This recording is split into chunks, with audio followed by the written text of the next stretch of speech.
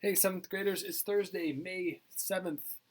We're talking about World War II and the U.S. involvement of it. Yesterday, we saw that the U.S. joined during Pearl Harbor after the Pearl Harbor attack, and the U.S. is going to jump into the battle now into Europe and also in the Pacific against Japan. But today, I just want to talk about the European part of the war, and then for Monday's video, we'll talk about the Pacific. But let's talk real quickly about Europe. What happened in Europe? Well, we sent troops first to invade Italy. Actually, we go to Africa first. From Africa, we use that as a jumping off point to go into Italy. General Eisenhower, eventually our president, calls this the soft underbelly of Europe. They're able to take underneath Germany, attack from Italy, and after that, that causes Mussolini's arrest, and eventually he is killed by his own people. But that victory paves the way for another invasion that can happen later. So after the invasion of Italy, the troops are then sent to go invade in France. And that's what D-Day is all about. You might have heard that term, D-Day, the very important battle that is, I think, decisive in World War II. It's not just my opinion, it's most people's opinions, that this was the breaking point for Germany, and where the war was going to be won or lost. And we had to storm the beaches in France to take back France. France had been conquered by Germany. Now look at the map here. You'll see that it was a group effort. We, as the United States, commanded two large divisions, the 4th Infantry Division and then the 1st and 2nd combined. Those beaches are called Utah and Omaha. And you'll hear those terms if you ever watch like World War II movies, storming the beach of Utah, Omaha. This is a day where we sent troops in to occupied territory and met really heavy fire. And then England and Canada did the same thing on further on down the beach.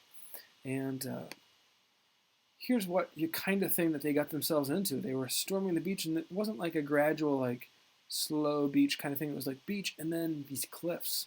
And it was a hard way to attack, but that's what they had to do. And Germany had the high ground. They were able to shoot down from the tops of those cliffs to the U.S. soldiers, the British soldiers, the Canadian soldiers. That makes it a tough battle. And you could imagine how much courage it would take to do that, to storm those beaches, knowing that you didn't have a lot of cover, you didn't have a lot of places to hide.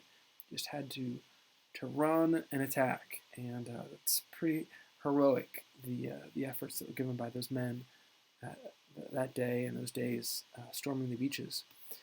And so they win. They get a foothold in France, and from that breaking off point, they're able to then go into Germany, right? So here you see the blue is the Allies. These are the good guys. They're able to start marching in from France, Belgium, through the Netherlands, and then into Germany. And so this is sort of the beginning of the end for Hitler and the German Nazi Party. The U.S., Britain, and Canada are going to take it to Germany. And what I wanted to highlight today in the last part of my video was there are lots of people who fought in World War II and were at that beach in Normandy who are still alive today. Their numbers are dwindling, right? But there are still people out there who are alive, and they're dying, as they get older. But their stories have been preserved, and one of the places they're preserved in this area is the website veteranvoicesofpittsburgh.com, and you could go on there and listen to the stories of people around here, some who are still alive.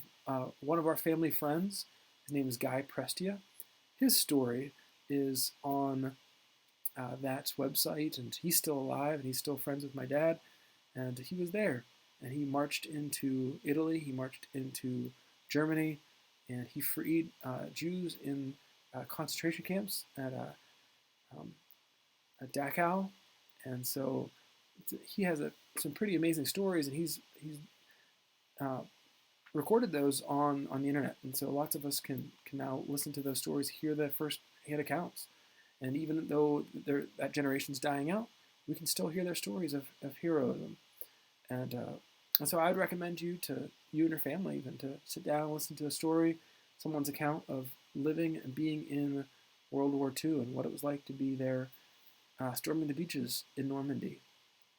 That is, for this local area, a website called veteranvoicesofpittsburgh.com. There's lots of places like that will have firsthand accounts of those stories. Maybe for Tuesday's class, you could find out from your family if you have any family stories of people who were in World War II and what they saw, heard, and did. Acts of heroism would be even better if we could hear any of those. So if you have any of those stories, please share them with us on Tuesday. We'd love to hear them. Thank you guys. Have a good weekend. Bye.